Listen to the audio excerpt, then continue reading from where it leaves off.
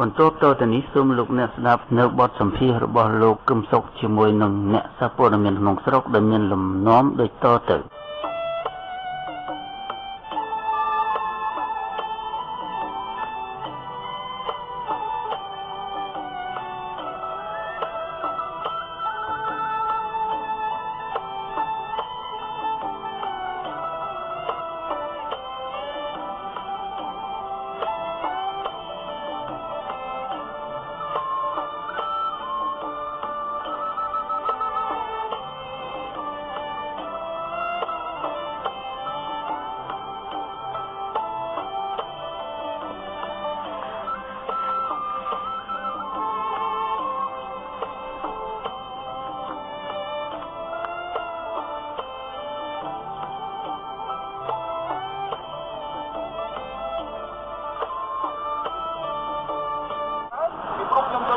មេដឹកនាំនៅក្នុងកម្ពុជានេះដឹកនាំប្រទេសណាក៏ដោយមិនដែលចាញ់គូប្រកួតរបស់ខ្លួនទេមិនមានចាញ់គូប្រកួតនយោបាយរបស់ខ្លួនទេចាញ់ការលើកឡើងរបស់ពលរដ្ឋតែខ្ញុំមិនមែនឲ្យពលរដ្ឋលើកឡើងប្រយុទ្ធក្នុងអាវុធយុទ្ធភ័ណ្ឌនេះទេណាគឺក្នុងបែបបទប្រជាធិបតេយ្យត្រឹមត្រូវអាហ្នឹងហើយដែលជាគោលបំណងហើយគោលបំណងហ្នឹងវាផ្ទុយពីគណៈបកប្រជាជនទេគណៈបកប្រជាជនគេសម្លាប់ស្មារតីពលរដ្ឋគេមិនចង់ឲ្យពលរដ្ឋចូលរួមអាហ្នឹងហើយដែលជាគោលដៅធំដែលគេដាក់ពាក្យបណ្ដឹងជាបន្តហើយខ្ញុំគិតថាប្រហែលជាមិនមែនពីរទេអាចបន្តទៅទៀតហើយខ្ញុំនៅមានចំហដូចខ្ញុំបញ្ជាក់ខ្ញុំពីរមុនដដែលទី1នៅតតាំងទោះបីមានពាក្យបណ្ដឹង100ខែទៀតក៏ដោយហើយទី2មិនចូលចំណងក្នុងការអធិប្បាយរឿងសង្គមនិងនយោបាយទេបងបារម្ភមានការចាប់ខ្លួនក៏ថាជាមិនព្រមជាបងគេគង់តែចាប់ទេមិនចាំបាច់បារម្ភអីច្រើនទេកន្លែងហ្នឹងគេគង់តែចាប់ទេហើយគេគង់តែដាក់គុកទេប៉ុន្តែប្រហែលឆ្នាំមិនដឹងហើយអ្វីដែលគេធ្វើគឺក្នុងគោលដៅហ្នឹងហើយអរគុណចូលដល់ម៉ោង9ទេអូខេអរគុណបងកាលណាបងខ្ញុំចេញទៅវិញអានេះកាលណាបងទៅទៅទៅអាណាបងជួងសំដាប់បាទបាទចូលបាទ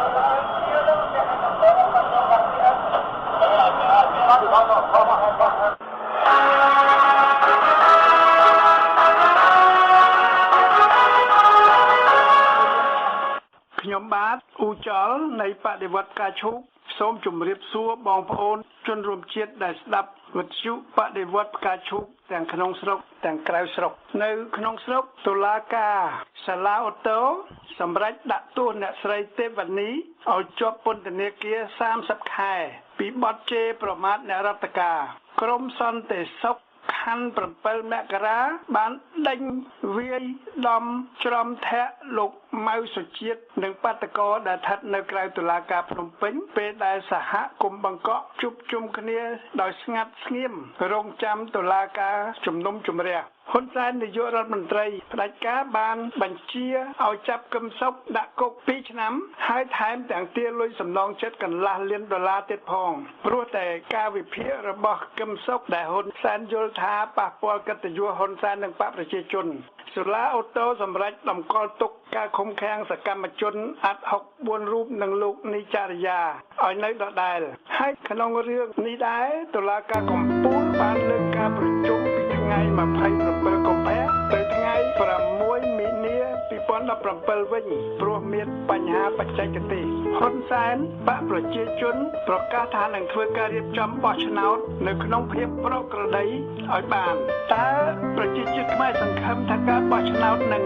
អាចមានដំណើរល្អយុត្តិធម៌ឬទេព្រោះបច្ចុប្បន្នកម្ពុជាស្ថិតនៅក្រោមអាណានិគមយួននិងក្រោមអំពើផ្ដាច់ការហ៊ុនសែនក្នុងបរិបទនេះបដិវត្តការឈូកជាចលនាតែមួយគត់ដែលបានប្រកាសជាចំហអំពីនាវថាឲ្យប្រជាជាតិខ្មែរទាំងអស់គ្នាគ្រប់ចូលរួមការបោះឆ្នោតព្រោះបើពលរដ្ឋទាំងអស់គ្នាមិនចូលរួមបោះឆ្នោតតើគណៈបកណាដែលហ៊ានអះអាងថាគេបានទទួលអំណាចពីប្រជាជាតិខ្មែរដើម្បីគ្រប់គ្រងកម្ពុជាក្បត់ជាតិផ្ដាច់ការតទៅទៀតក្នុងគោលដៅរំដោះកម្ពុជានិងរំដោះប្រជាជាតិខ្មែរយើងសូមប្រកាសជាចំហថាទី1បេក្ខិការឆ្នាំ2017គឺជាប្រជាមតិដេញអាណានិគមយួនទាមទារឯករាជ្យជូនកម្ពុជាទី2បេក្ខិការឆ្នាំ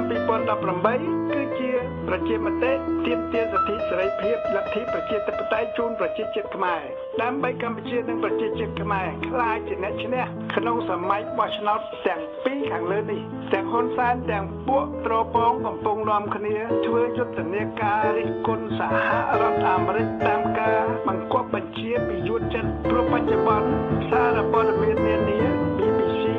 New York Times Los Angeles Times Politico Guardian ឡាត្រូវសេតវិមានមិនឲ្យចូលស្ដាប់និងយកព័ត៌មានផ្ទាល់ពីសេតវិមាន White House ហ៊ុនសែនបានចាត់ក៏ប្រកាសមិនពេញចិត្តរបស់ខ្លួននឹងរិះគន់ VOA Free Asia VOD ឡាថាជាអង្គការផ្តល់ព័ត៌មានមិនពិតខុសវិជ្ជាជីវៈហ៊ុនសែនប្រកាសថាគ្មានបរទេសណាស្រឡាញ់ខ្មែរជាងខ្មែរទេហាក់ដូចជាវាពុំមែនជាកញ្ចក់អាយ៉ងយួននឹងចិនទេ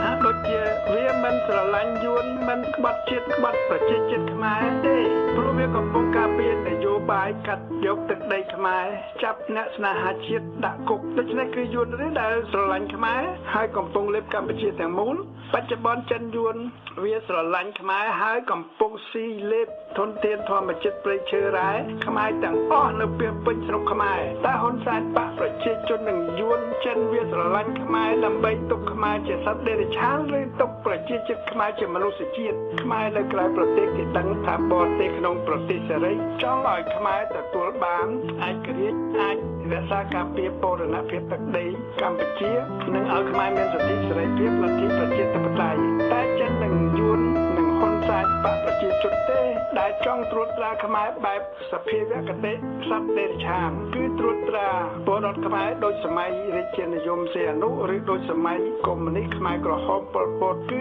សុំក្រឡុំជាមួយអ្នកដឹកនាំដើម្បីបោកប្រាស់ប្រជាជាតិខ្មែរទាំងមួយនគរប្រជាជាតិខ្មែរល្មមជប់ចាញ់បោកយួនចិននិងអាខ្វាក់ហ៊ុនសែនបកប្រជាជនដែលកំពុងមើលងាយប្រជាជាតិខ្មែរតទៅទៀតហើយបើអន្តរជាតិណាគេហ៊ានប្រកាសថាជួយខ្មែរក្នុងផ្លូវល្អប្រជាជាតិខ្មែរមួយនគរត្រូវតែឆ្លៀតងើបទទួលយកដោយដៃទាំងពីរនិងម្រាមដៃទាំង10រលាស់ចោលចិនយួនដែលជារបបកុម្មុយនីសនិងអាខ្វាក់ហ៊ុនសែនបកប្រជាជនដាច់ការក្បត់ជាតិឲ្យបានលោកដូណាល់ត្រាំថ្លែងចំពោះមុខអភិបាលរដ្ឋនានាថាសហរដ្ឋអាមេរិកនឹងចំណាយបន្ថែម$54 កោដទៀតដើម្បីបង្កើនសមត្ថភាពការពារសហរដ្ឋអាមេរិកនិងសមត្ថភាពវាយបង្ក្រាបសត្រូវសូមបញ្ជាក់ថាសហរដ្ឋអាមេរិកបានចំណាយ$604.5 កោដលើកងទ័ពគឺច្រើនជាងថវិកាការពារជាតិនៃប្រទេសធំៗទាំង12ក្នុងលោករួមគ្នាឧទាហរណ៍ចិនចំណាយត្រឹម$145 កោដរុស្ស៊ី$58.9 កោដឡាការប្រកាសចំណាយសន្ធឹកសន្ធាប់លើកងទ័ពគឺធ្វើក្រោយពីការប្រកាសកសាងហេដ្ឋារចនាសម្ព័ន្ធនៅក្នុងសហរដ្ឋអាមេរិកយ៉ាងសន្ធឹកសន្ធាប់គឺប្រហែលជា$1000 កោដលោកប្រធានាធិបតីក៏បានឆ្លៀតប្រកាសបង្កើនសមត្ថភាពបរមាណុសហរដ្ឋអាមេរិកឲ្យខ្លាំងជាងគេទាំងអស់នៅក្នុងពិភពលោកនៅប្រទេសកូរ៉េខាងត្បូងសហរដ្ឋអាមេរិកសម្រេចបំពាក់ប្រព័ន្ធការពារមីស៊ីលស្អាតប្រទេសចិនបានប្រឆាំងនឹងការបំពាក់ប្រព័ន្ធសពាវុធនេះវៀតណាមនិងចិនបានចុះសម្រុងគ្នារួបរวมគ្នាឡើងវិញទោះជាចិនបានបង្កើនកោះសម្ព័ន្ធមិត្តនៅក្នុងសមុទ្រចិនខាងត្បូងគឺម្ដុំប្រជុំកោះស្ប្រាតឡេនិងប៉ារ៉ាសែលក៏ដោយក្នុងផ្នែកអន្តោប្រវេសន៍នយោបាយថ្មីរបស់សហរដ្ឋអាមេរិកគឺជ្រើសរើសយកជនអន្តោប្រវេសន៍តាមសមត្ថភាពក្នុងគោលបំណងការពារការងារជនជាតិអាមេរិកក្នុងនយោបាយពន្ធដារថ្មីលោកដូណាល់ត្រាំនឹងសម្រាលពន្ធដារពីបន្ទុកសហគ្រាសនិងសម្រាលពន្ធដារលើជនជាតិអាមេរិកធនកណ្ដាលក្នុងផ្នែកនាំចេញនាំចូលសហរដ្ឋអាមេរិកមានអនុភាពក្នុងជំជីងពាណិជ្ជកម្មប្រមាណ$800 កោដក្នុងមួយឆ្នាំជារួមលោកដូណាល់ត្រាំសន្យាថានឹងពង្រឹងបំផុសស្មារតីអាមេរិកឡើងវិញ American Spirit ទោះជាមានការរកម្មរកូសជាមួយភ្នាក់ងារព័ត៌មាននានានៅសហរដ្ឋអាមេរិកក៏ដោយក៏ប្រទេសនេះនៅតែមានសេរីភាព សារព័ត៌មានដែរលោកអតីតប្រធានាធិបតី George W Bush ដែលនៅក្នុងបក្សសាធារណរដ្ឋដោយលោក Donald Trump ដែរប្រកាសថាបើគ្មានអង្គការសារព័ត៌មានសេរីទេនោះសហរដ្ឋអាមេរិកនឹងគ្មានលទ្ធិប្រជាធិបតេយ្យដែរនៅកម្ពុជាហ៊ុនសែននិងគ្រួសារបកពួកម៉ាហ្វីយ៉ាក្តោបក្តាប់សារព័ត៌មានទាំងអស់ដើម្បីបោកប្រាស់បំភាន់មតិជាតិដើម្បីក្តោបក្តាប់អំណាចផ្ដាច់ការឲ្យបានយូរអង្វែងនៅកម្ពុជាប្រជាជាតិខ្មែរអាចស្គាល់ការពិតច្រើនណាស់តាមរយៈសារព័ត៌មាននៅបរទេសតែហ៊ុនសែនបែរជាស្រែកថាគ្មានបរទេសណាស្រឡាញ់ខ្មែរជាងខ្មែរស្រឡាញ់ខ្មែរទេតើហ៊ុនសែនបកប្រជាជនវាស្រឡាញ់កម្ពុជានិងប្រជាជាតិខ្មែរមែនឬអីបើវាស្រឡាញ់ហើយទុកប្រជាជាតិខ្មែរជាសត្វដេរឆានឬក៏ទុកជាមនុស្សជាតិហេតុអ្វីបានជាពួកវាចាប់អ្នកស្នេហាជាតិប្រឆាំងនយោបាយវាដែលបំរើយួនយកទៅដាក់គុកហេតុអ្វីក៏ពួកវាតុលាការវាកងកម្លាំងទ័ពវាធ្វើការបង្ក្រាបចាប់ប្រជាជាតិខ្មែរដែលរងគ្រោះទៅដាក់ពន្ធនាគារដោយអ្នកស្រីទេពនីឬសកម្មជនសង្គមស៊ីវិលឬអ្នកវិភាគស្រឡាញ់ជាតិស្រឡាញ់យុត្តិធម៌នៅក្នុងបរិបទដេរឆានបែបនេះបដិវត្តផ្កាឈូកនឹងត្រូវតែកើតមានគឺផ្ទុះនៅកម្ពុជាជាដាច់ខាតព្រោះជាច្បាប់ធម្មជាតិឬជាដំណើរការធម្មតាត្រឹមត្រូវនៃកម្ពុជានិងប្រជាជាតិខ្មែរសាសសេលើណាត់ទូរ៉ែលើណាត់ទូរ៉ែរវាងអូហ្គាឡូមានន័យថាប្រជាជាតិខ្មែរជាមនុស្សជាតិគេត្រូវការសិទ្ធិសេរីភាពពីហ៊ុនសែននិងទាមទារយកសិទ្ធិសេរីភាពមកវិញហ៊ុនសែនអាចស្លាប់ដូចសត្វដេរឆានបើហ៊ុនសែនមិនហ៊ានចុះចេញនៅក្នុងពិចារណាញាតិទេព្រោះនៅក្នុងលោកមនុស្សបែបនេះពុំអាចស្ថិតនៅក្នុងអំណាចយូរលង់នោះឡើយដោយប្រជាជាតិខ្មែរជាមនុស្សជាតិដូច្នេះប្រជាជាតិខ្មែរនឹងត្រូវទទួលសេរីភាពពីរបបហ៊ុនសែនបកប្រជាជននេះជាដាច់ខាតទោះជាតាមវិធីណាឬប្រការណាមួយក៏ដោយហេតុអ្វីបានជាបដិវត្តការឈប់ត្រូវតែផ្ទុះនៅកម្ពុជាព្រោះទី1បបហេតុនៃការផ្ទុះបដិវត្តការឈប់កាន់តែរីករាលដាលធំទៅជ្រៅទៅទី2អ្នករងគ្រោះទាំងផ្លូវកាយទាំងផ្លូវចិត្តក្នុងរបបសប្តាហ៍ថ្ងៃកាន់តែកើតច្រើនឡើងឥតឈប់ឈរគឺអ្នករងគ្រោះនេះឯងដែលត្រូវតែដុតភ្លើងបដិវត្តឲ្យឆេះតាមច្បាប់ធម្មជាតិនិងជាមនុស្សជាតិទើបគេនាំគ្នាធ្វើបដិវត្តផ្កាឈូកដើម្បីពន្លត់ភ្លើងបដិវត្តនេះគឺគេត្រូវនាំគ្នាដោះស្រាយឬពន្លត់បបហេតុនិងបំបត្តិប្រភពភ្លើងបដិវត្តនេះឲ្យអស់ទើបសង្គមកម្ពុជានឹងអាចទទួលភាពស្ងប់ស្ងាត់សន្តិសុខសន្តិភាពឡើងវិញនិងរីកដុះដាលលូតលាស់ដោយព្រៃឈើនិងរុក្ខជាតិក្រោយពេលភ្លៀងធ្លាក់ដែលពន្លត់អគ្គិភ័យបន្ទាប់ពីមានការឆេះភ្លើងព្រៃនេះអ្វីជាបុព្វហេតុឬប្រភពដែលនាំឲ្យផ្ទុះបដិវត្តការឈូក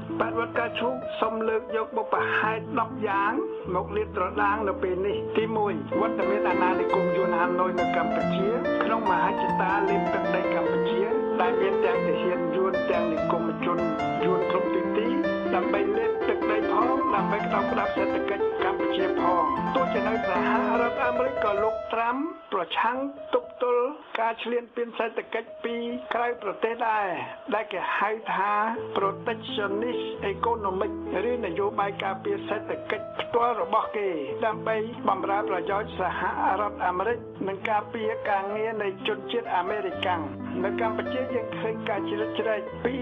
សំណាក់ចិនយួនយ៉ាងច្បាស់ក្រឡែតដែលនាំឲ្យបាត់បង់អធិបតេយ្យភាពកម្ពុជាបាត់បង់ទឹកដីខ្មែរបាត់បង់សិទ្ធិសេរីភាពនៃប្រជាជាតិខ្មែរតើហេតុអ្វីបានជាអាខ្វាក់ហ៊ុនសែនជំលឺហ៊ានប្រមានមិនឲ្យបរទេសដោយសហរដ្ឋអាមេរិកចូលមកជ្រៀតជ្រែកក្នុងរឿងខ្មែរបើសិនជាអន្តរាគមន៍ណាមួយពីអន្តរជាតិធ្វើឡើងដើម្បីរំដោះប្រជាជាតិខ្មែរទីកណ្ដាប់ដៃអាខ្វាក់ហ៊ុនសែននិងពីអាណានិគមយួនតើខ្មែរណាដែលមិនដឹងថាអាខ្វាក់ហ៊ុនសែនបកប្រជាជនជាកញ្ចក់ចិនយួនទី2អំពើផ្ដាច់ការហ៊ុនសែននិងបកប្រជាជនតាមការសង្កេតនៃអ្នកស្រាវជ្រាវនៅសាកលវិទ្យាល័យមួយក្នុងប្រទេសអូស្ត្រាលីគឺលោក Lee Morgan Besser ជនជាតិអូស្ត្រាលីបានបង្ហាញថានៅកម្ពុជាបុគ្គលហ៊ុនសែនបច្ចុប្បន្នកំពុងក្តោបក្តាប់អំណាចផ្ដាច់ការម្នាក់ឯងពុំមែនបកប្រជាជនទាំងមូលនោះទេ ព្រោះគឺហ៊ុនសែនដែលជា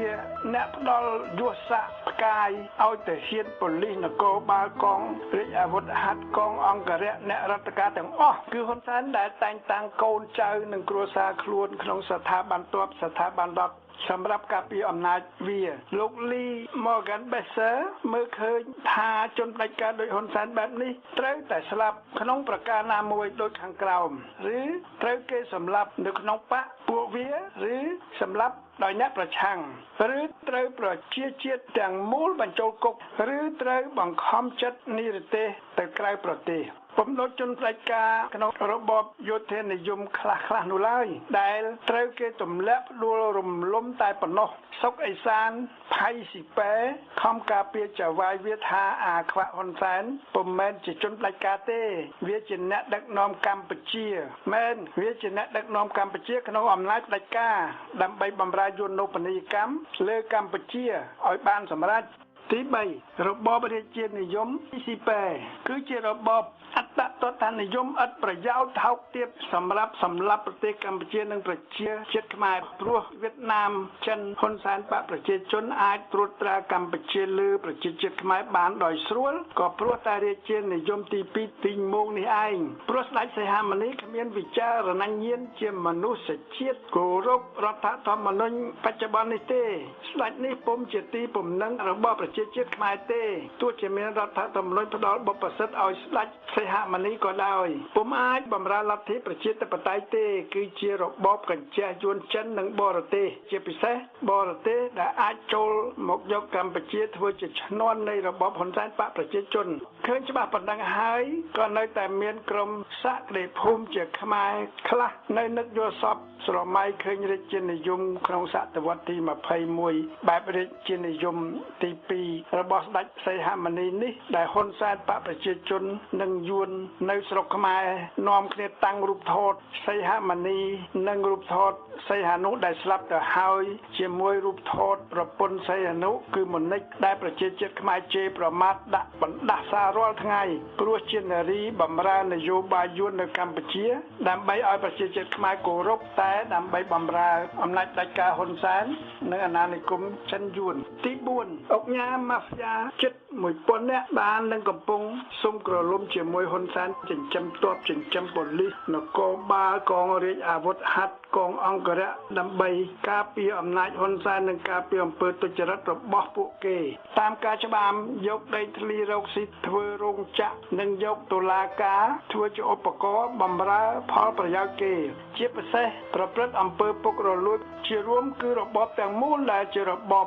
បម្រើម៉ាហ្វីយ៉ាបើបដិវត្តផ្កាឈូកប្រលំរបបនេះបានគឺព្រោះរបបម៉ាហ្វីយ៉ានេះគ្រប់គ្រងដោយអុកញ៉ាជិត1000នាក់ជាមួយទាហានផ្កាយចៅផ្កាយក្រពើជាង2000នាក់បម្រើប្រយោជន៍យួនហាណូយក្រោមអំណាចផ្ដាច់ការហ៊ុនសែនបកប្រជាជនហើយការប្រលំរបបនេះពុំមែនដើម្បីបម្រើបុគ្គលផ្ដាច់ការណាមួយទៀតឡើយគឺដើម្បីបម្រើប្រជាជាតិខ្មែរទាំងមូលក្នុងលទ្ធិប្រជាធិបតេយ្យគោរពការពារសិទ្ធិសេរីភាពការពារមាតុភូមិកម្ពុជាទី5កងទ័ពកងកម្លាំងនានាគ្រប់គ្រងដោយឧត្តមសេនីយ៍ផ្កាយក្រពើផ្កាយចោកគឺជាក្រុមអក្រិតជនគ្រប់គ្រងដោយកូនចៅគ្រួសារនិងមិត្តភ័ក្តិហ៊ុនសែនដែលទាំងអស់គ្នាឡើងបនស័កកាន់កាប់ក្រសួងមន្ទីរនានាព្រោះគេមានខ្នងគឺហ៊ុនសែនបកប្រជាជនហ៊ុនសែនវាបង្ហោះថាទោះជាវាចាញ់ឆ្នោតក៏ក្រុមអ្នកប្រឆាំងកំអាលសបាយមុនថាអាចយកអំណាចពីវាបានព្រោះបច្ចុប្បន្នវាមានទ័ពនៅក្នុងដៃរបស់វាគឺកងទ័ពកងកម្លាំងនានាទាំងនេះហើយដែលគ្រប់គ្រងដោយក្រុមអុកញ៉ា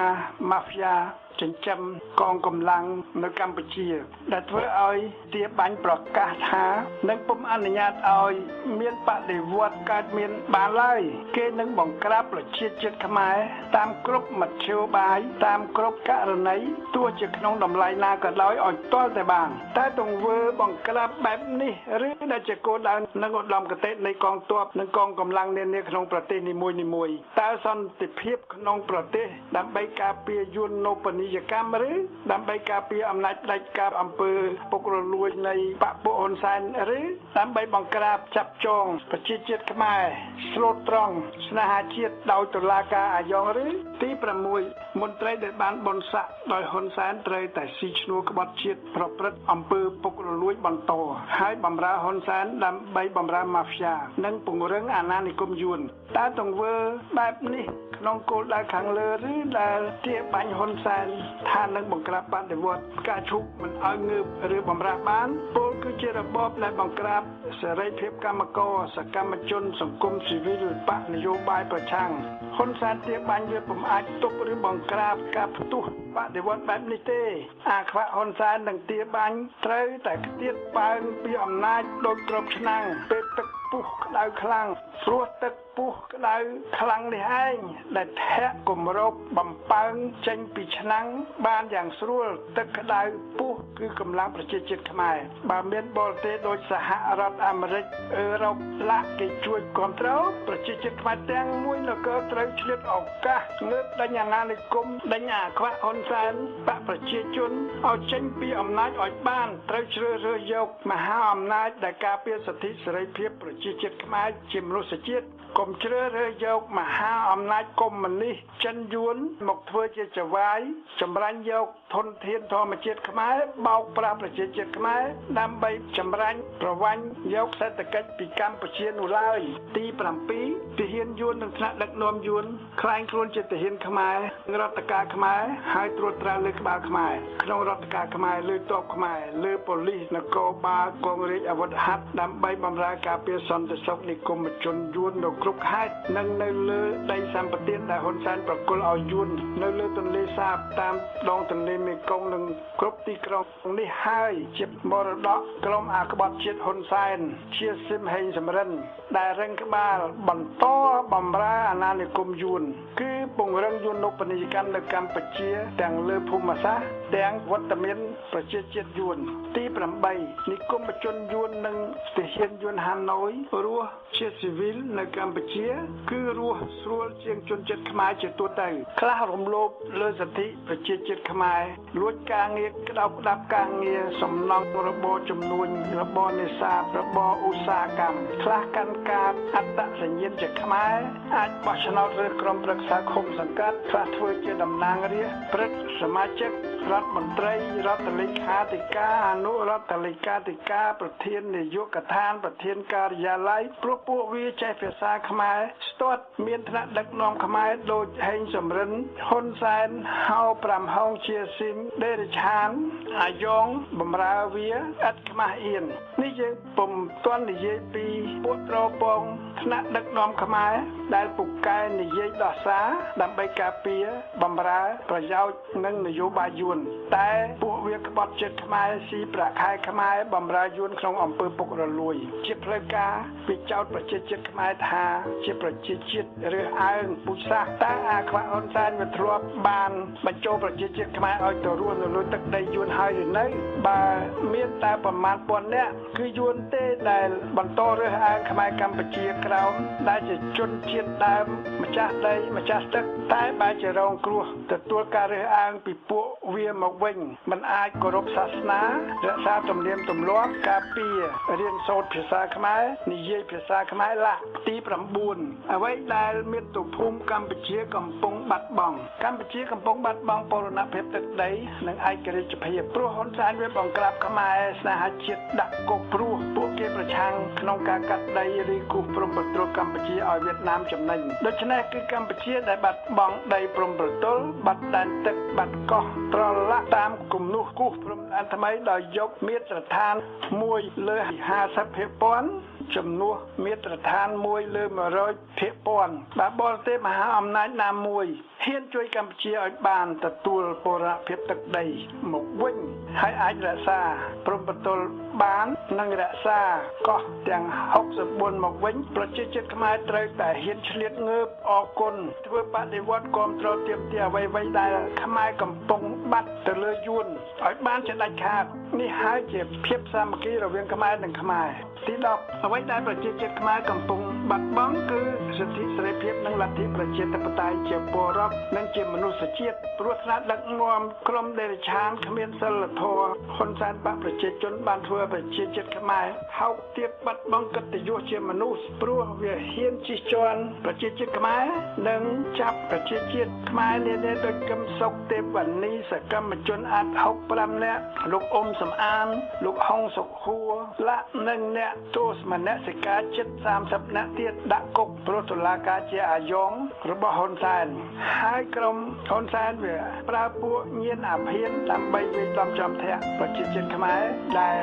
ងើបតវ៉ាពួកវានៅមុខតុលាការឬនៅមុខមន្ទីរពាក់ព័ន្ធហ៊ុនសែនបកប្រជាជនវាប្រកាសថាវានឹងការពាររបៀបរៀបរយឲ្យបានហើយគំរាមបង្ក្រាបគំតិចការងើបទាមទារឯករាជ្យកម្ពុជាពីហាណូយនិងទាមទារសិទ្ធិសេរីភាពនៃប្រជាជាតិខ្មែរដូច្នេះបើមហាអំណាចសេរីណាដូចជាសហរដ្ឋអាមេរិកអឺរ៉ុបមានលទ្ធភាពជួយប្រជាជាតិខ្មែរឲ្យមានសេរីភាពបដិវត្តការជួបសំអំពាវនាវឲ្យប្រជាជាតិខ្មែរឆ្លៀតងើបរួបរวมសាមគ្គីទាំងអស់គ្នាស្វាគមន៍ក្នុងអហិង្សាដេញក្រុមអាខ្វាក់ក្បត់ជាតិផ្ដាច់ការហ៊ុនសែនបកប្រជាជននិងបរទេសចិនយួនឲ្យចេញពីអំណាចចេញពីចក្រពត្តិសេដ្ឋកិច្ចនៅកម្ពុជាជាដាច់ខាតគឺដើម្បីកម្ពុជានិងប្រជាជាតិខ្មែរទាំងអស់គ្នាមិនមែនដើម្បីបម្រើបុគ្គលណាមួយទេបើគេធ្វើបានដោយគ្មានការបង្ហូរឈាមនោះគឺជាមហាជោគជ័យដ៏ត្រចះត្រចង់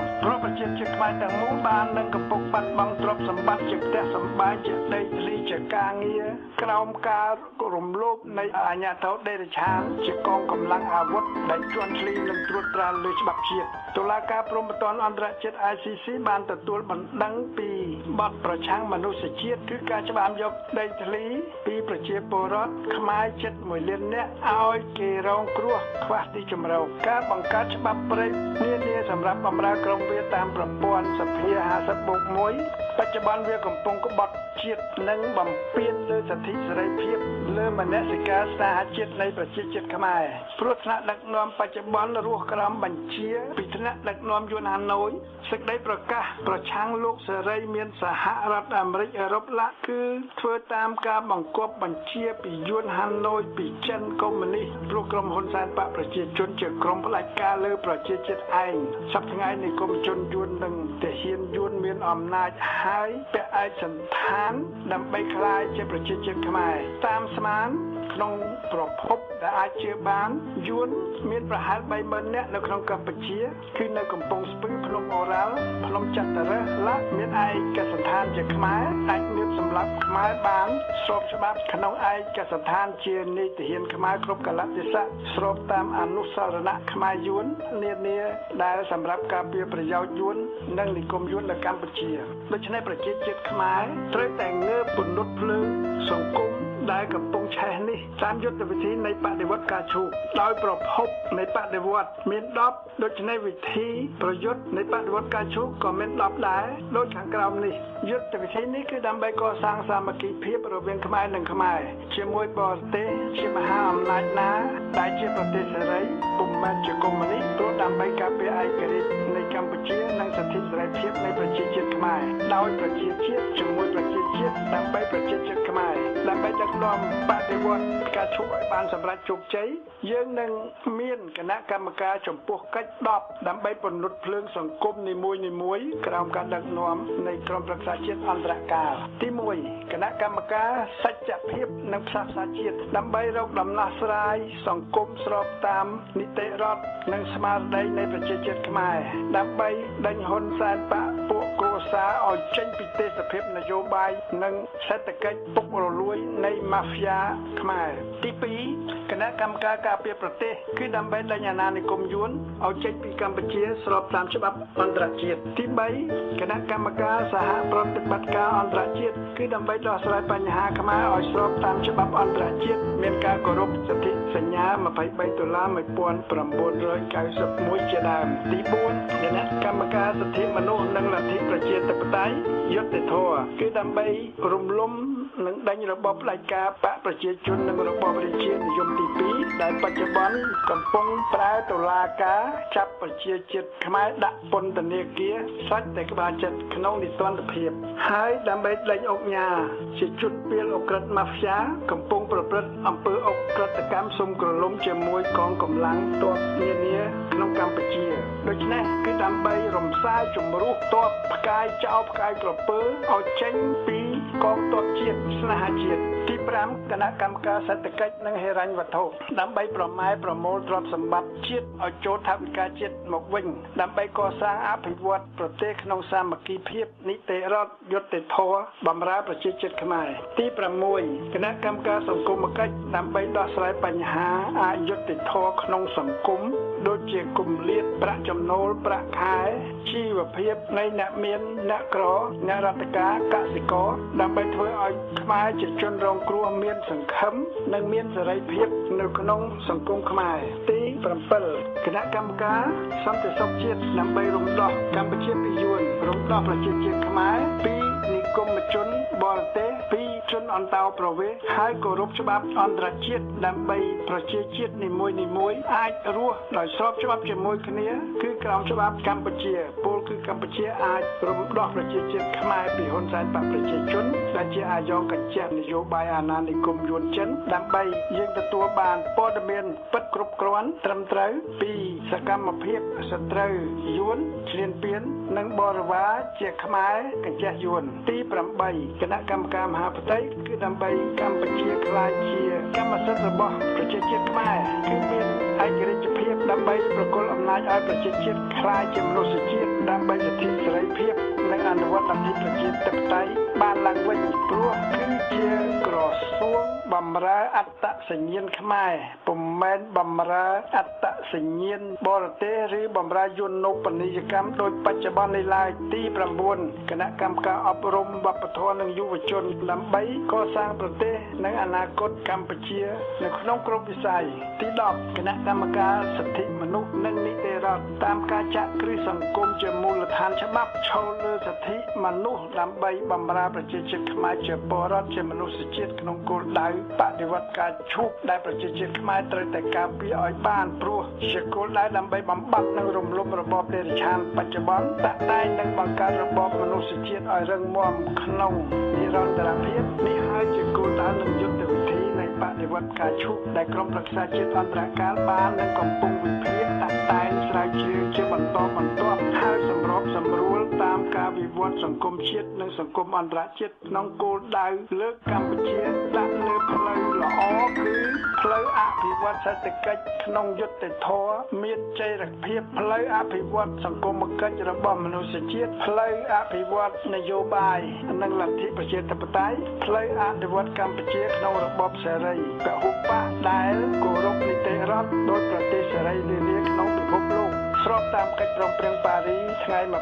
ដុល្លារ1991មុននឹងបញ្ចប់បដិវត្តការឈូកសូមអញ្ជើញប្រជាជាតិខ្មែរត្រងត្រាប់ហើយត្រេះរិះលើទលហីកខ្លះដែលហ៊ុនសែនបកប្រជាជនកញ្ជះអាណានិគមយួនបាននឹងកំពុងនិយាយប្រកាសបន្លាចគម្រាមប្រជាជាតិខ្មែរទី1សូមត្រៀមក្តាមមកជួសទុកឲ្យហើយបើអ្នកឯងចង់រំដោះកម្ពុជាក្រោមបើមិនជួយជោគជួយចែកទេម្ដេចក៏ហ៊ុនសែនយកជើងរៀនទឹកបំភ័យបន្លាចប្រជាជាតិខ្មែរទី2សូម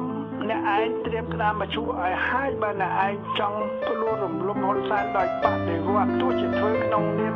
ឯករាជ្យកម្ពុជានិងសិទ្ធិសេរីភាពក៏ដោយព្រោះបច្ចុប្បន្នគឺទ័ពស្ថិតនៅក្នុងកណ្ដាប់ដៃហ៊ុនសែនវានឹងបង្ក្រាបការរើបំរាស់ឲ្យទាល់តែបានទី3ហ៊ុនសែននៅកាន់អំណាចរហូតវាមានអាយុ99ឆ្នាំដើម្បីរក្សាសន្តិភាពតើជាសន្តិភាពដើម្បីការពារទ្រព្យសម្បត្តិមហាសាលរបស់វានិងគ្រួសារបកពួកម៉ាហ្វយ៉ាដែលបានមកពីការលួចជាតិឬទី4សហរដ្ឋអាមេរិកទម្លាក់គ្រាប់បែកសម្រាប់ប្រជាជាតិខ្មែរតែសហរដ្ឋអាមេរិកបានទម្លាក់គ្រាប់បែកលើកម្ពុជាដើម្បីសម្លាប់យាកុងព្រោះសៀនុបណ្ដោយឲ្យយាកុងយកដីកម្ពុជាធ្វើជាជំរកនិងធ្វើជាផ្លូវលំហូជីមិញដើម្បីដឹកជញ្ជូនទ័ពសពាវុធស្បៀងអាហារទៅវាជួយខាងបូងទី5ហើយសម្រាប់ហ៊ុនសែនជាសិទ្ធិព្រមទៅពឹងយួនដើម្បីដេញខ្មែរក្រ ហមប៉ុលពតតាមពិតគឺដើម្បីបម្រើយួនហាណូយដែលមានមហិច្ឆតាលេបទឹកដីខ្មែរ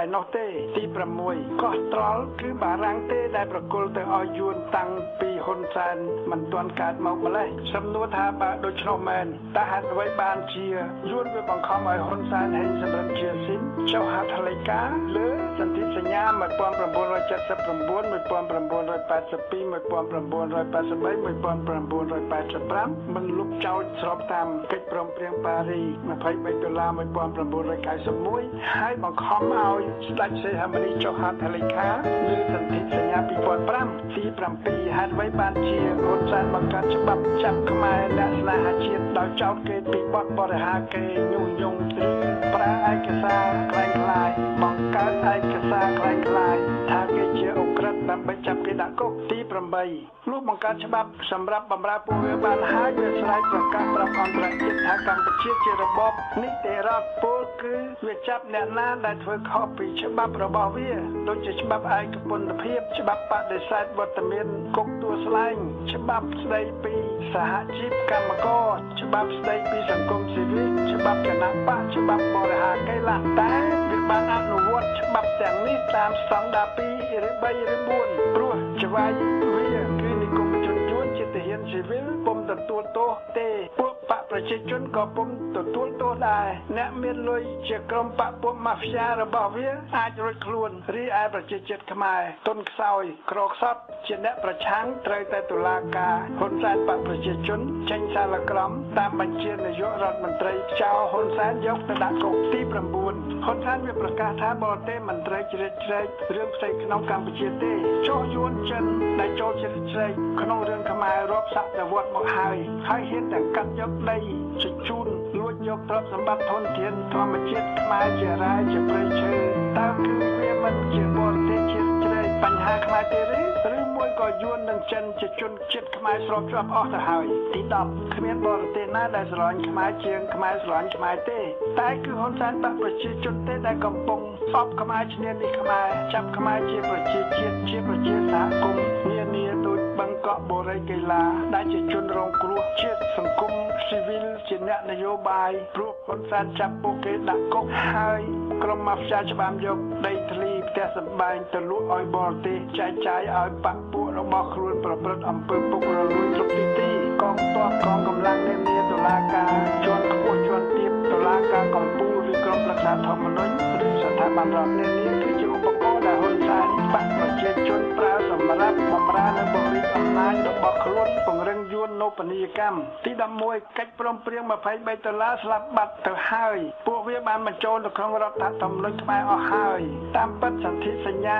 កតិកាសញ្ញាអនុសញ្ញាអន្តរជាតិគឺនៅតែជាសន្ធិសញ្ញាកតិកាសញ្ញាអនុសញ្ញាអន្តរជាតិដដែលអត់ស្លាប់បាត់ទៅណាទេគឺហ៊ុនសែនបកប្រជាជននិងពួកត្រពងវាទេដែលអាចស្លាប់មុនសន្ធិសញ្ញាអន្តរជាតិនានាទាំងនេះទី12ហ៊ុនសែននឹងការពាររាជានិយមទី2ឲ្យបានតែតាមពិតរាជានិយមទី2នេះទេដែលខ្លាចហ៊ុនសែនបកប្រជាជនឲ្យខំធ្វើការក្បត់ប្រជារាស្ត្របម្រើរបបនិរឆានកញ្ជះយួនគឺស្ដេចសីហមុនីទេដែលប្រថាប់ស្រាលលើសន្ធិសញ្ញាបំពេញបន្ថែម2005បម្រើហ៊ុនសែននិងបម្រើយួននូបនីយកម្មបើស្ដេចសីហមុនីមិនបានប្រថាប់ស្រាលលើសន្ធិសញ្ញាបំពេញបន្ថែមនេះទេហ៊ុនសែនវានឹងរំលាយរាជានិយមទី2នេះឲ្យទៅជាសាធារណរដ្ឋខ្មែរទី2បាត់ទៅហើយតើហ៊ុនសែនជាអ្នកស្នេហាជាតិឬជាអ្នកក្បត់ជាតិទី13បើអស់ពីហ៊ុនសែនគឺអាណាធិបតេយ្យស្រុកមានសង្គ្រាមដូចនៅលីប៊ីសេរីអេស៊ីបតែខ្មែរនឹងស្លាប់ប៉ុន្មានអ្នកទៀតនៅសម័យប៉ុលពតខ្មែរស្លាប់អស់ជាង3លាននៅសម័យលន់នល់ខ្មែរស្លាប់អស់កន្លះលានចុះនៅសម័យហ៊ុនសែនក5ខ្មែរស្លាប់អស់ប្រមាណអ្នកដែរមិនក៏ហ៊ុនសែនវាមិននិយាយផងស្លាប់កន្លះលានឬស្លាប់1លានអ្នកការស្លាប់នៅសម័យខ្មែរក្រហមគឺសៀនុយួនហាណូយនិងប៉ុលពតដែលហៅយួនហាណូយមកជួយដេញរបបសាធារណរដ្ឋលន់នល់វាមកសម្រាប់ខ្មែរហើយវាប្រកាសតាមអន្តរជាតិថាគឺជាសង្គ្រាមរវាងខ្មែរនិងខ្មែរនៅលីប៊ីជនជាតិលីប៊ីស្លាប់ព្រោះកាដាហ្វីមិនព្រមចុះចេញនៅសេរីជនជាតិសេរីស្លាប់ព្រោះបាសាអាល់អាសាត់មិនព្រមចុះចេញកាដា Gaddafi និង Bashar al-Assad វាប្រើអាវុធដើម្បីសម្លាប់ប្រជាជាតិលីប៊ីនិងស៊េរីខ្មែរនឹងស្លាប់ទៀតឬបើប្រជាជាតិខ្មែរលេចទម្លាក់ហ៊ុនសែនដូច្នេះគឺហ៊ុនសែននិងបកពួកហ៊ុនសែនទេដែលមិនព្រមចុះចេញហើយបែរជាប្រើអាវុធមកសម្លាប់ប្រជាជាតិខ្មែរវិញតើគេខំការពារសន្តិភាពដើម្បីបម្រើហ៊ុនសែនបកប្រជាជនគ្រួសារម៉ាហ្វ្យាកងកម្លាំងនិងជនបរទេសនានាឬដូច្នេះខ្ញុំសូមឲ្យប្រជាជាតិខ្មែរត្រង់ត្រាប់ពិចារណាអ្វីៗដែលខ្ញុំលើកយកមកខាងលើនេះជាឧទាហរណ៍ខ្លះៗតែប៉ុណ្ណោះជារួមប្រជាជាតិខ្មែរត្រូវតែមានសង្ឃឹមព្រោះគេនឹងឈ្នះតាមយុទ្ធវិធីបំផ្ទុះបដិវត្តការឈប់ដោយអហិង្សាជាដាច់ខាតដើម្បីដេញរបបទេពចារហ៊ុនសែនបកប្រជាជនរបបផ្ដាច់ការត្រូវតែចាញ់និងរលាយទាំងបុគ្គលផ្ដាច់ការទាំងបកប្រជាជនក្បត់ជាតិទាំងបកពួតរពោអាខ្វាក់ហ៊ុនសែនទេពចារពួកវានឹងត្រូវវិនិច្ឆ័យហើយទាំងបុគ្គលទាំងរបបទាំងចវាយយួនទាំងចវាយចិនរបស់វាព្រោះចវាយយួននិងចិនរបស់វាទុកប្រជាជាតិខ្មែរជាវងឈាមល្ងងខ្លៅជាសត្វទេរឆានដូច្នេះកម្លាំងនៃសភាវៈអាក្រក់គឺត្រូវតែរលាយដោយកម្លាំងភ្លើងបដិវត្តផ្កាឈូកដែលជាសភាវៈល្អតាមការផ្ទុះជាស៊ូណាមីដោយប្រជាជាតិខ្មែរតាមនិស្ស័យខ្មែរជាមនុស្សជាតិក៏ប៉ុន្តែមុននឹងបដិវត្តផ្កាឈូកផ្ទុះហើយអាចទទួលជ័យជំនះបានប្រជាជាតិខ្មែរត្រូវតែរៀបចំខ្លួនសពបែបយ៉ាងទាំងសម្ភារៈទាំងស្មារតីទាំងការពិចារណាដើម្បីតស៊ូទទួលយកជ័យជំនះនេះឲ្យបានក្នុងសន្តិភាពក្នុងអហិង្សាជ័យយកសិទ្ធិសេរីភាពនិងលទ្ធិប្រជាធិបតេយ្យនៃប្រជាជាតិខ្មែរជ័យយកឯករាជ្យភាពនិងបូរណភាពទឹកដីនៃកម្ពុជាជ័យយកបដិវត្តការឈប់ដែលជ្រុលជ្រែងដោយប្រជាជាតិនិងប្រទេសសេរីនានានៅលើពិភពលោកបរាជ័យហ៊ុនសែនបកប្រជាជនផ្ដាច់ការក្បត់ជាតិនិងបរាជ័យចៅវាយវាជាចោរឈ្លានពានអាណានិគមសេដ្ឋកិច្ចអាណានិគមទាហានអាណានិគមស៊ីវិលបរទេសជម្រាបលាបងប្អូនជនរួមជាតិដែលស្ដាប់វិទ្យុបដិវត្តការឈប់ទាំងក្នុងស្រុកទាំងក្រៅស្រុកសូមអរគុណ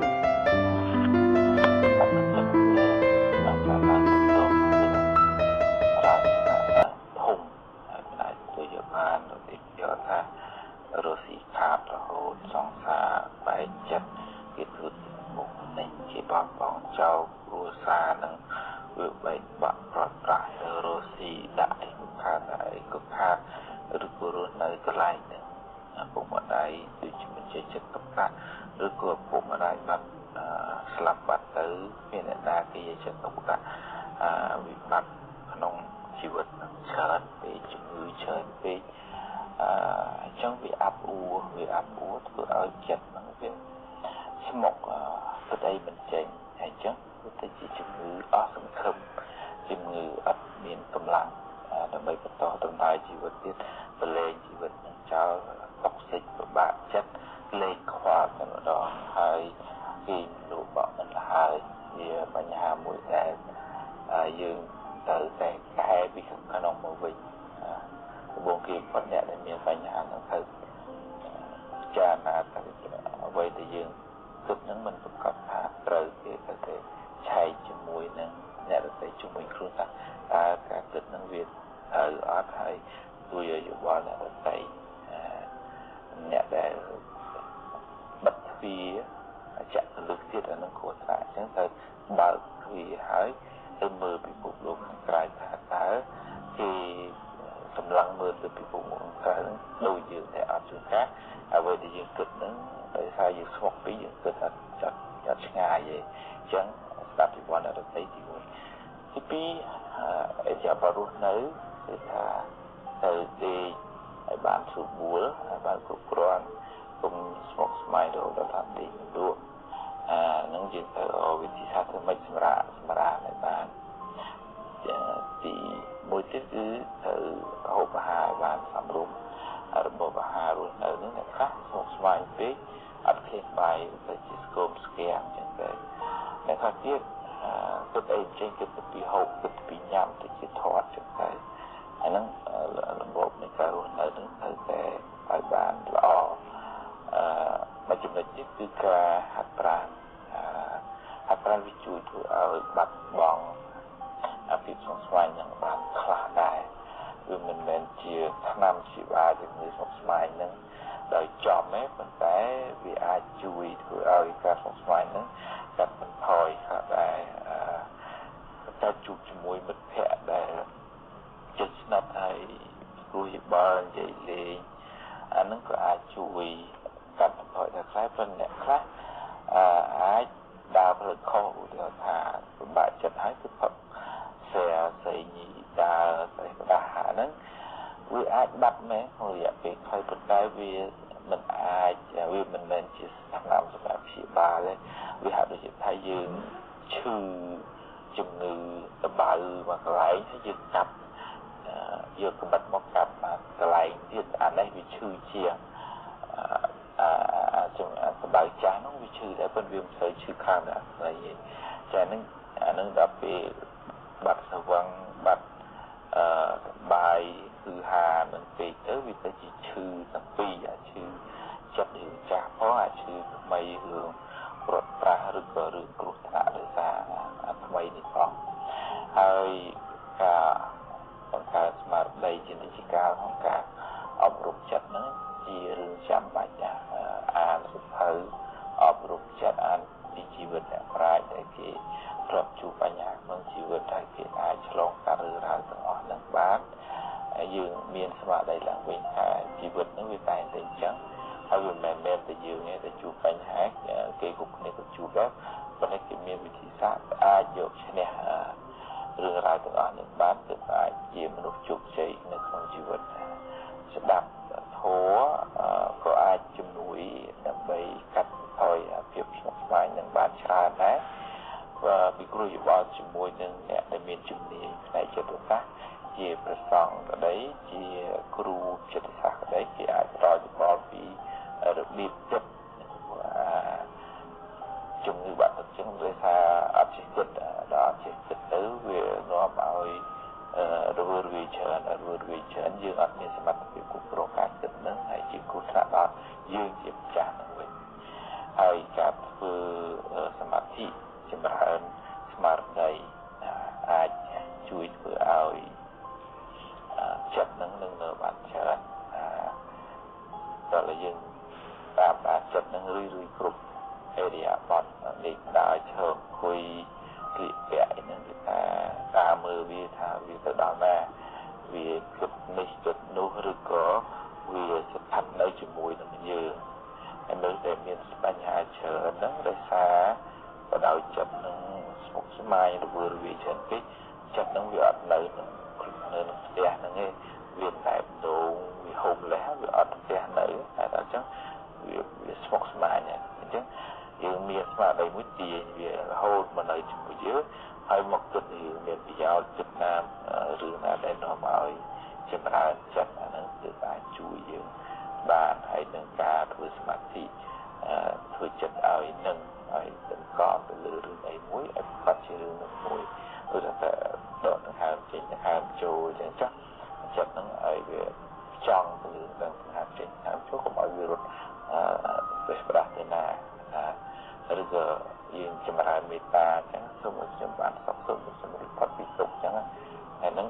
ចិត្តហ្នឹងវានៅលើបដោតទៅពាក្យហ្នឹងឯងសូមឲ្យខ្ញុំបានសុខសូមជំរុញផុតពីទុក្ខសូមបានសុខសូមជំរុញផុតពីទុក្ខចិត្តហ្នឹងវានឹងតែនឹងមួយទៅវាអត់រវើរវាយហើយអាហ្នឹងវាត្រូវការពេលវេលាការតាំងចិត្តតស៊ូព្យាយាមទៅអាចរៀនថាចិត្តនឹងបានល្អហើយវិធីអប់រំចម្រើនស្មារតីនេះមិនចាំបាច់ទាល់តែអ្នកដែលមានវិបត្តិហើយដាក់ទឹកចិត្តហើយបានមកប្រឹងប្រែងធ្វើនេះយើងសម្បាច់ហ្នឹងធ្វើការពីវិជាការចាក់សវៈខាងការពីកុំឲ្យកើតជំងឺចាស់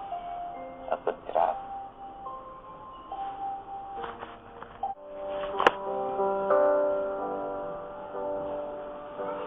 ខ្ញុំកណ្ដាលធម្មភាពលើកយក16ចំណុចដែលបង្ហាញថាលោកអ្នកជាមនុស្សមានគំនិតជាវិជ្ជមានដែលអាចនាំឲ្យរស់នៅបានសេចក្តីសុខក្នុងជីវិតហើយបានសម្រេចជោគជ័យក្នុងការងារទាំងការងាររកស៊ីទាំងជីវិតក្នុងគ្រួសារទាំង16ចំណុចនោះគឺដំបូងគេទី1គឺថាជាមនុស្សរស់រាយស្រស់ស្រាយមិនស្មុគស្មាញមិនពិបាកចិត្តច្រើនទេក្នុងចិត្តហ្នឹងស្រឡះ វាអាចតទៅនឹងសុខភាពផ្លូវកាយដែរហើយក៏តទៅនឹងសុខភាពផ្លូវចិត្តដែរប៉ុន្តែជាជំនាញត្រូវថាជាទម្លាប់ត្រូវថាធ្វើម៉េចឲ្យចិត្តនឹងស្រស់ស្រាយរីករាយហ្នឹងជាចំណុចទី1ចំណុចទី2ជាមនុស្សមានសង្ឃឹមបើទោះថាមានបញ្ហាលំបាកអីបណ្ណាក៏ដោយប៉ុន្តែត្រូវក្នុងចិត្តហ្នឹងគិតថាមានបញ្ហាគង់តែមានផ្លូវដោះស្រាយអាហ្នឹងមានសង្ឃឹមក្នុងចិត្តហ្នឹងជានិច្ចកាលចំណុចទី3មើលថាបញ្ហាដែលកើតឡើងក្នុងជីវិតហ្នឹងជាឱកាសដែលអាចអភិវឌ្ឍខ្លួនឯងឲ្យបានចម្រើនជាងមុនមិនខ្លាច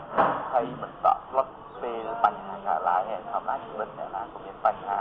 ជីវិតរស់ស៊ីទទួលទានធម្មតាក៏មានបញ្ហាជីវិតជាសោះក៏មានបញ្ហាអ្នកណាក៏មានប៉ុន្តែបញ្ហាហ្នឹងយើងគិតថាវាជាឱកាសមួយជាកម្មជាដើមមួយអភិវឌ្ឍសមត្ថភាពខ្លួនយើងឲ្យបានខ្លាំងជាងមុនចំណុចទី4គឺថារៀនភ្លេចរឿងណាដែលកន្លងផុតទៅហើយរឿងពិបាកចិត្តរឿងអាក្រក់រឿងស្មុគស្មាញដែលកន្លងផុតទៅហើយហ្នឹងយកវាទៅបោះចោលក្នុងធុងសម្រាមតែកុំកកាយវាយកមកហាត់វិញចំណុចទី5គឺថាកុំព្រួយបារម្ភទេរឿងដែលមិនទាន់កើតឡើងហ្នឹងកុំតិចលួចចេះទៅតិចលួចចុះទៅហើយដល់អញ្ចឹងវាធ្វើឲ្យយើងរវើរវាយយើងអត់បានសុខទេដោយសារយើងវាបារម្ភរឿងដែលមិនទាន់កើតឡើងនឹងពេកហើយទី1បើធ្វើអីធ្វើឲ្យប្រកបមួយណាមួយនឹងខ្មែរយើងមានពាក្យថាធ្វើអីឲ្យប្រកបទៅណាដល់ពេលធ្វើអីឲ្យប្រកបចឹងទៅវាប្រាក់រត់តាមហៅមកវិញណាចឹងធ្វើអីមួយឲ្យប្រកបមកចាប់នេះចាប់នោះមិនឈ្មោះត្រង់ណាចំណុចទី7គឺថាតស៊ូមិនលះបង់ទោះជាមានរឿងលំបាកអីកើតឡើងក្នុងជីវិតហ្នឹងមកជំហានទៀតដួលក៏ត្រូវដើរសិនតែកុំឲ្យអត់ទាន់ដើរផងគឺថាអញទៅមុខមិនរួចដែរអាហ្នឹងត្រូវថាតស៊ូលះបង់ហើយចំណុចទី8ជាមនុស្ស open ក្នុងអង់គ្លេសគឺជាមនុស្សដែលទទួលយកមតិយោបល់របស់អ្នកដទៃយកមកពិចារណាមិនមែនជាមនុស្សមានអ្នកមានតែអញទេចំណុចទី9គឺថាក្លាហានហ៊ានលះបង់ការងារនឹងវាពិបាកប៉ុន្តែថាហ៊ានទទួលរ៉ាប់ហើយហ៊ានទទួលធ្វើហើយមនុស្សនឹងអាចជោគជ័យចំណុចទី10គឺថាជាមនុស្សដែលមើលឃើញពិភពលោកនេះផ្នែកខាងល្អៗបើមិនជានិយាយពីរឿងថាមួយថ្ងៃហ្នឹងព្រលឹមឡើងមានរឿងល្អអីរាប់អារឿងល្អហ្នឹងព្រលឹមឡើងមានម៉ែញឹមដាក់ព្រលឹមឡើងមានគេនិយាយល្អជាមួយព្រលឹមឡើងមានគេទូបាយឲ្យហូបអញ្ចឹងនឹកឃើញអារឿងល្អហ្នឹងតែអញ្ចឹងធ្វើឲ្យចិត្តរបស់យើងហ្នឹងវាផ្ដោតទៅលើរឿងល្អប៉ុន្តែផ្ទុយទៅវិញបើអ្នកមិនចេះគិតវិញណាអារាល់ថ្ងៃហ្នឹងងើបគេមានគេញឹមដាក់គេទូបាយឲ្យហូបហ្នឹងអត់គិតទេទៅគិតរឿងដែលគេជេរពីម្សិលមិញមកហើយអារឿងល្អអត់បានរាប់ទៅរាប់តែអារឿងអាក្រក់អញ្ចឹងចំណុចទី10ហ្នឹងគឺរាប់រឿងល្អច្រើនជាងរាប់រឿងអាក្រក់ចំណុចទី11បើថានិយាយរឿងល្អកុំទៅនិយាយរឿងគេអត់ប្រយោជន៍ខ្ញុំនិយាយដើមគេខ្ញុំនិយាយរឿងណាមូមកក្តៅខាយច្រើនពេកអាហ្នឹងនាំឲ្យឆេះបេះដូងយើងអត់បានប្រយោជន៍ទេចំណុចទី12បើគិតរឿងណាមានប្រយោជន៍មកញោមស្រីស្មាប់ដាំតែបើគិតទៅចេញមាសចេញប្រាក់ចាំគិតទៅមុនរត់ស្មុគស្មាញទេកុំគិតចំណុចទី13គឺថាចេះលើកទឹកចិត្តខ្លួនឯងបើជាជួបរឿងពិបាកស្មុគស្មាញទេត្រូវខ្សឹបដាក់ខ្លួនទៅជាខ្លួនឯងហ្នឹងថាអញធ្វើបានអញទៅរួចប៉ុណ្ណឹងអញធ្វើបានអាហ្នឹងយើងឲ្យកម្លាំងចិត្តខ្លួនឯងចំណុចទី14បើធ្វើការងារហ្នឹងវាពិបាកប៉ុន្តែត្រូវធ្វើមួយជំហានម្ដងដល់ធម្មតាចាំយើងគិតទៀតប៉ុន្តែថាយើងត្រូវធ្វើមួយជំហានម្ដងដល់ដួលធម្មតាថ្ងៃហ្នឹងយើងចាំងើបឲ្យបន្តដំណើរទៅទៀតចំណុចទី15ចំណុចសំខាន់ដែរថាការមានស្មារតីរឹងមាំគឺថាតាមដានចិត្តរបស់យើងហ្នឹងកុំឲ្យវាធ្លាក់ចុះទៅក្នុងរឿងអាក្រក់បើវាធ្លាក់ទៅត្រូវទាញវាមកវិញហើយបើទោះបីតែចិត្តយើងវាសប្បាយរីករាយនឹងក៏ត្រូវមានស្មារតីនឹងតាមដែរវាឧទាហរណ៍ថាដោយអង្គរៈការពារអញ្ចឹងអង្គរៈនឹងតាមការពារទោះជាក្នុងស្ថានភាពគ្រោះថ្នាក់ក៏អង្គរៈនឹងទៅការពារក្នុងពេលសប្បាយរីករាយជប់លៀងក៏អង្គរៈនឹងទៅការពារដែរយ៉ាងណាចិត្តរបស់យើងនឹងមានស្មារតីតាមបើយើងមួម៉ៅក្តៅខាយចំណែកគ្នានេះអីអញ្ចឹងចិត្តហ្នឹងស្មារតីនឹងដឹងថាអូចិត្តអាចធ្លាក់ចូលក្នុងលងមិនល្អចឹងទាញវាត្រឡប់មកវិញហើយ បិទថាសបាយរីករាយចេះធ្វើទានរក្សាសិលទេក៏ដឹងថាចិត្តខ្លួនឯងហ្នឹងកំពុងតែរីករាយហើយរក្សាចិត្តហ្នឹងកុំឲ្យវាជ្រុលហើយចំណុចទី16សំខាន់ជាងគេគឺការចេះទទួលស្គាល់ការពិតនៃជីវិតពីព្រោះជីវិតរបស់យើងមិនមែនចេះតែបានអ្វីតាមដែលយើងចង់មិនចេះតែបានអ្វីតាមដែលយើងប្រាថ្នាគឺពេលខ្លះថាពេលខ្លះចំណេញពេលខ្លះសរសើរពេលខ្លះសន្តិពេលខ្លះបានសម្រេចដូចចិត្តពេលខ្លះបានសម្រេចដូចចិត្តពេលខ្លះជួបពេលខ្លះប្រត់ជារឿងធម្មតាដល់អញ្ចឹងជីវិតហ្នឹងបើទោះជាមានរឿងល្អក្តីមិនល្អក្តីក៏បញ្ញាហ្នឹងអាចទទួលស្គាល់ការពិតនៃជីវិតហ្នឹងហើយយើងមិនសូវកើតទុក្ខខ្លាំងទេតែថាយើងមានបញ្ញារៀនទទួលស្គាល់ការពិតនៃជីវិតអញ្ចឹងវាជាលក្ខណៈទាំង16របស់មនុស្សដែលមានគំនិតជីវិតជំនាញដែលអាចធ្វើឲ្យជីវិតហ្នឹងស្រស់ស្រាយហើយនឹងអាចជោគជ័យក្នុងជីវិតមានសេចក្តីសុខទាំងក្នុងគ្រួសារទាំងក្នុងសង្គមទាំងក្នុងការងារអរគុណច្រើន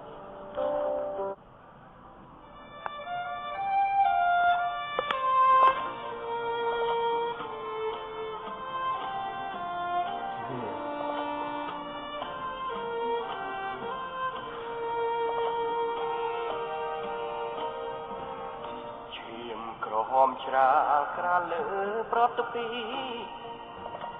នេះជាឈាមខ្មែរគឺឈាមអ្នកស្រែដែលគេប្រហារឈាមនេះគឺឈាមមេត្តាបៃតាព្រោះតែស្រឡាញ់រដ្ឋាទៅខ្មាំងឬជាប្រហារទាំងរួមខ្ញុំជាកលបុត្រមានការឈឺចាប់ខំប្រឹងស្រែកប្រាប់បងប្អូនប្រញាប់ទៅជួយសង្គ្រោះពលរដ្ឋកម្ពុជាស្លាប់តែល្បីឈ្មោះឥឡូវបាត់យងមិនជួយសណ្ដោះការពីជាតិយើងម៉ែអើយម៉ែចាំផ្ដាំកូនទាំងអស់ឈាមហូរស្រស់ស្រស់ក្នុងខ្លួនទើបសង់ប្រាប់ថាលឿនឡើងខ្មាំងយួនឆ្លៀនពីនវាប្រើកំភ្លើងបំពេញស្រុកយើងពួកវាជាឆ្លើងជញ្ជក់ឈាមខ្មែរស្ទឹងអើយស្ទឹងឈាមគុំរៀមខ្ញុំទុកអើយសែនធំក្រៀមក្រំរំដំរងប្រត់ពុកម៉ែគេសម្លាប់ហើយព្រះអើយឃើញទេលើកហាត់ទាំងទ្វេស្រែកច្រៀងបំពេនៅក្បែរស្ទឹងឈាម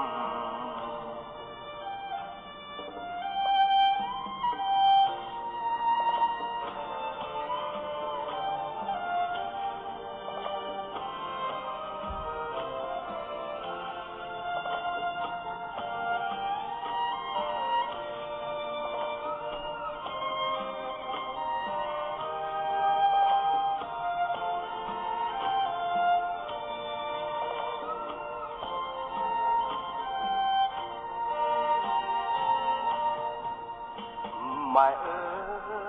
យម៉ែចាំផ្ដាំកូនទាំងអស់ឈាមហូរស្រស់ស្រស់ក្នុងខ្លួនស្ទើរខ្សោះប្រាប់ថាលឿនឡើង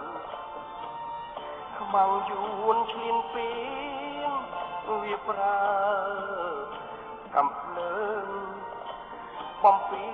ញស្រុកយើងពួកវាជាឆ្លើងជក់ឈាមខ្មែរស្ទឹងអើយស្ទឹងឈាមគុំរៀមខ្ញុំទុកយើងសែនធំក្រៀមក្រំរំដំរបាត់ពុកម៉ែ គេសម្លាប់ហើយព្រះអើយឃើញទេលើកហាត់ទាំងទ្វេស្រែកច្រៀងបំពេនៅក្បែរស្ទឹងឈាម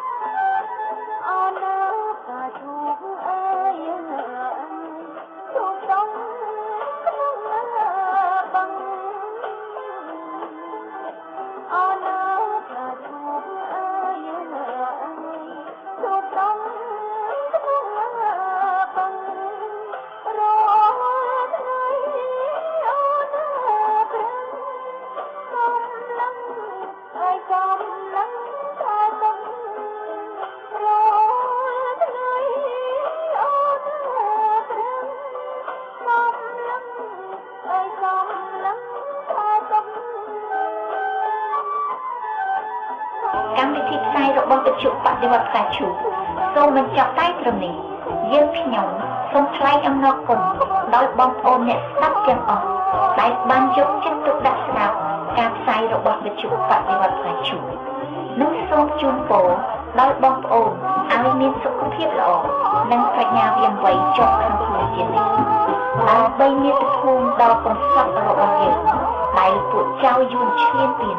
វាកំពុងលេបត្របាក់រាល់ថ្ងៃហេតុដូច្នេះយើងខ្ញុំសូមអំពាវនាវដល់បងប្អូនរួមឈាមខ្មែរដែលជាអ្នកស្នេហាជាតិមាតុភូមិពិតប្រាកដទូទាំងពិភពលោកទាំងក្នុងទាំងក្រៅប្រទេសមករួបរวมជាមួយនឹងបដិវត្តផ្កាឈូកដើម្បីទាមទារយកអ្វីៗដែលជាសិទ្ធិរបស់យើងជាខ្មែរចាសសូមអរគុណសូមជម្រាបលានិងជួបគ្នានៅថ្ងៃស្អែកក្រោយទៀត